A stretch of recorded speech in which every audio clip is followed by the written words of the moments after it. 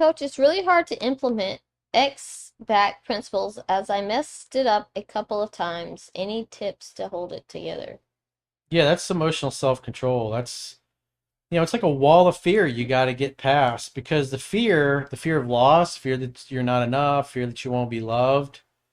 It's like that silence, wondering, is she going to come back? Am I going to hear from her again? And especially if it's one of those type of women that knocks your socks off, the kind that I'd say, you only come along every 1 to 3 of those a decade. And when you lose one like that, and you think, man, the last time I met somebody that I felt that way about and I felt that way about me was 5 years ago, the thought of waiting another 5 years or 7 years or 3 years or 6 months or whatever, that's not a pleasant thought.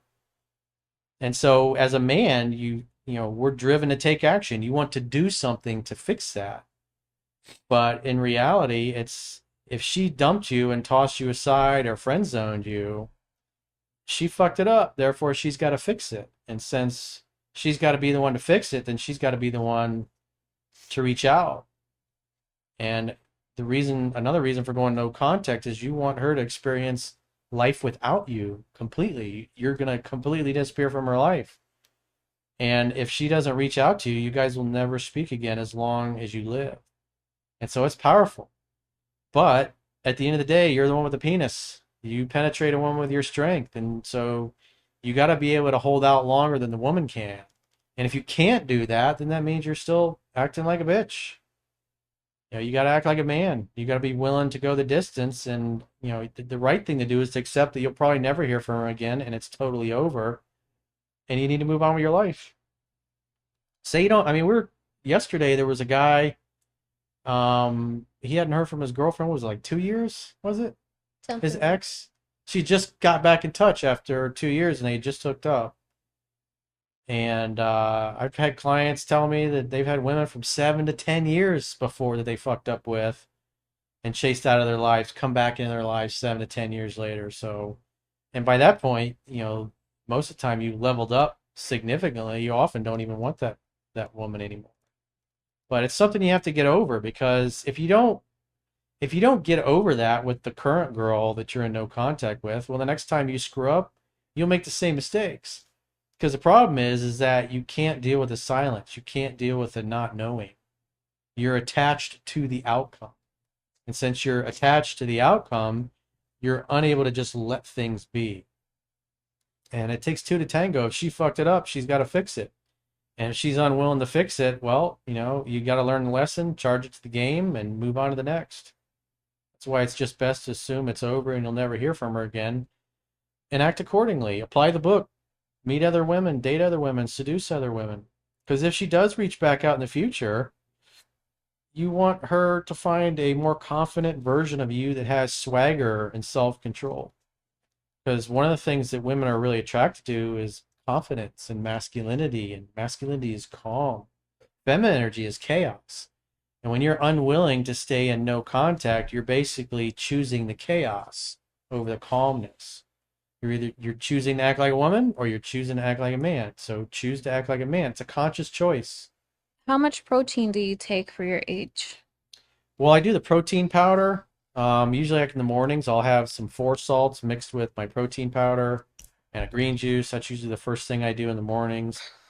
Usually at lunch, I'll have like some kind of chicken with rice or something like that. Uh, Same thing for dinner. It's usually every time I have a green juice, I'll mix, I'll have a protein powder with it. So I get I like mean, it 120, varies. 150 grams of Yeah, it. it varies per day, but I definitely notice a difference.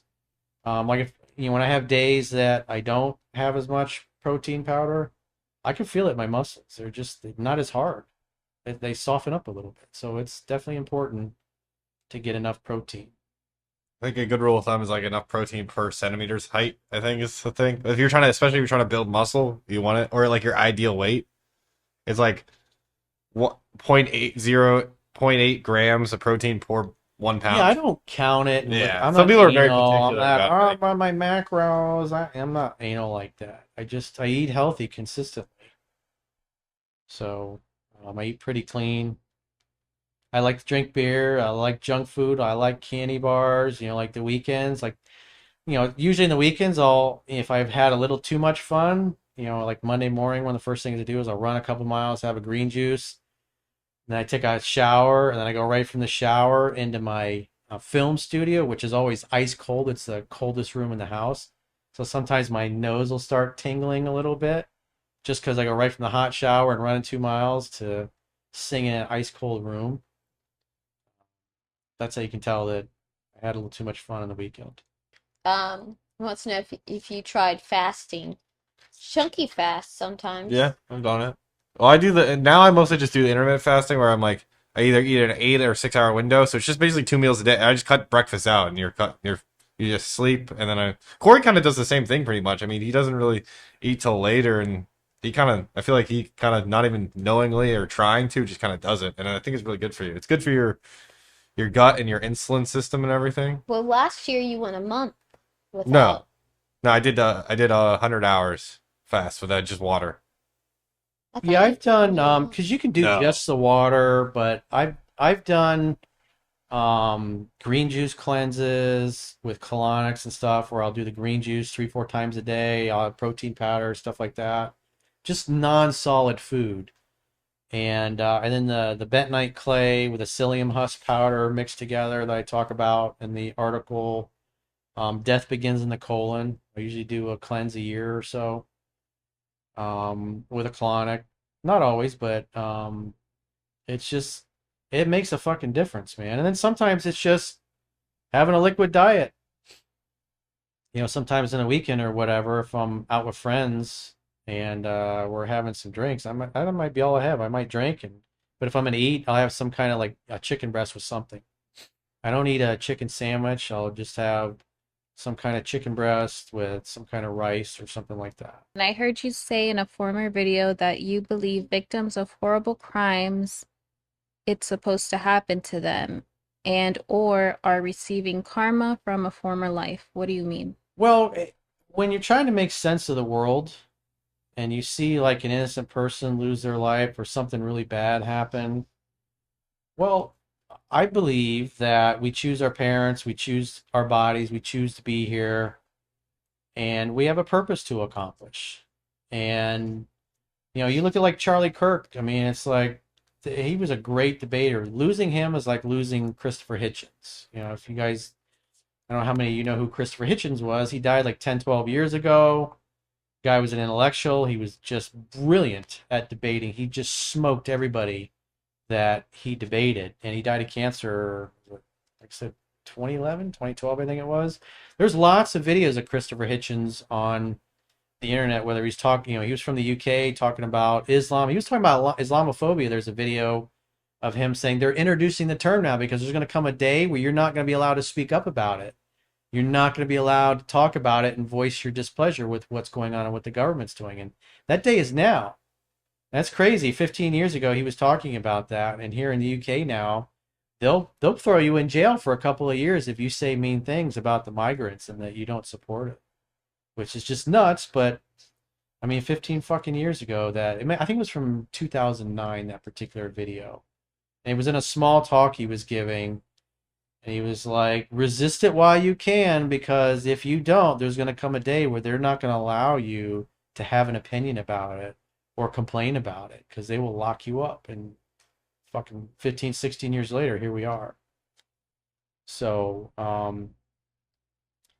the way I look at things is that we're spiritual beings having a human experience. These meat bags are basically our vehicles that our souls occupy while we're on planet Earth. And sometimes, you're like, why does a child die? Why does somebody's 7-year-old daughter get some mysterious disease and just die? How why would God allow something like that? And if you look at it from the perspective of souls and reincarnation, there was a reason for her coming into this life and then dying. Like I've had that, friends that have, friends of mine that lost their daughter when she was like 7, 8. She had this disease that made her bones like really brittle. So like, she was the sweetest child ever. She'd come up and she'd give you a hug, but you couldn't hug her tight because you could literally break her bones. And she ended up getting sick and dying. And I saw the the effect it had on her mom and her dad and her brothers. Everybody in the whole family absolutely doted on this girl. They absolutely loved her. And in my opinion, what I saw, it brought all of them together, because if she hadn't been born into that family with that ailment, the family wouldn't have been as close as they were. Even though it was horrific what happened to them, it brought them all together.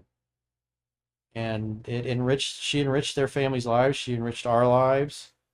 And, it's like, you got to see things like that. If somebody is a bad person in one life, in a future incarnation, they might be a really good person. So the killer becomes the killed in a future life. Everything happens for a reason. But things are not totally set in stone. We do have free will. And so if you're going to start training, I highly recommend that you follow my friend John Dufresne, kineticconsulting.net. He's also on Instagram, mochabear_actual, MOCHABEAR_ACTUAL. He posts a lot of videos and good training videos on his website, on YouTube. I highly recommend, if you want to learn, go take some of his classes and some of the people that he recommends. And when it comes to purchasing guns, I'd say, because you can buy from Manny at Palm Beach Tactical, and you'll send your money to him for whatever pistol or rifle that you're going to buy, and then they will send it to an FFL, a licensed gun shop in your state. And so when the gun gets there, you'll go to the gun store, they'll do the background check and probably charge a fee to do that. And as long as you pass the background check, you'll be able to get it. That's how you're able to buy guns across state lines from other, Manny can't sell you a gun directly, but I mean, he can sell you the gun, but the background check has to be done by somebody that's licensed in your state to sell it to you. So, or you could just go to his website and, for concealed carry, what I carry typically is a 6 hour P365 XL, and I've got a Hollow Sun red dot on it. I also have a flashlight underneath, and so it's got a 12-round magazine plus one in the pipe, and then it's got a 15-round backup. So I basically always have 27 rounds with me when I'm carrying that one. My full size that I carry is a Zev OZ9. And, I have a 23-round magazine for that, plus a 23-round backup, plus one in the pipe. So that's 47 rounds. If the shit hit the fan, that's the gun I usually have with me most of the time. And it's best to learn on pistol first. Because with the pistol, it's a lot harder to be accurate, just because you got to get used to keeping the dot steady. Pistol shooting, everything that matters is the dot can't move. In other words, the dot has to be exactly where it's supposed to be when the trigger breaks. Because some of the shooting videos that we've done analysis on, like police shooting, and like what happens is people pressing the gun when they're under pressure, and the dot goes down like this, and that's where the bullet ends up going. That's why when police get in police shootings, so many times you'll see a mag dump, and oftentimes they won't even hit anybody. They might hit an innocent person, but they don't hit the person that they're actually shooting at. What's interesting is somebody that has a concealed carry permit, somebody like me, police are 3 times more likely to shoot an innocent person than somebody like me, just because training. Because my local police department here, they get 4 hours of firearms training per year. That's not going to do anything for you. So the reality is and that was the thing that was shocking when I started training with John, was how bad the police are with their guns. They get no training at all for the most part. And the police officers that are good, they spend their own money on ammunition and training to become good. But that's just usually a small percentage of the police force, maybe 20-30% if you're lucky. The overwhelming majority of police, probably the only time they ever fire it is, their annual qualification for pistol, AR-15, and usually a shotgun.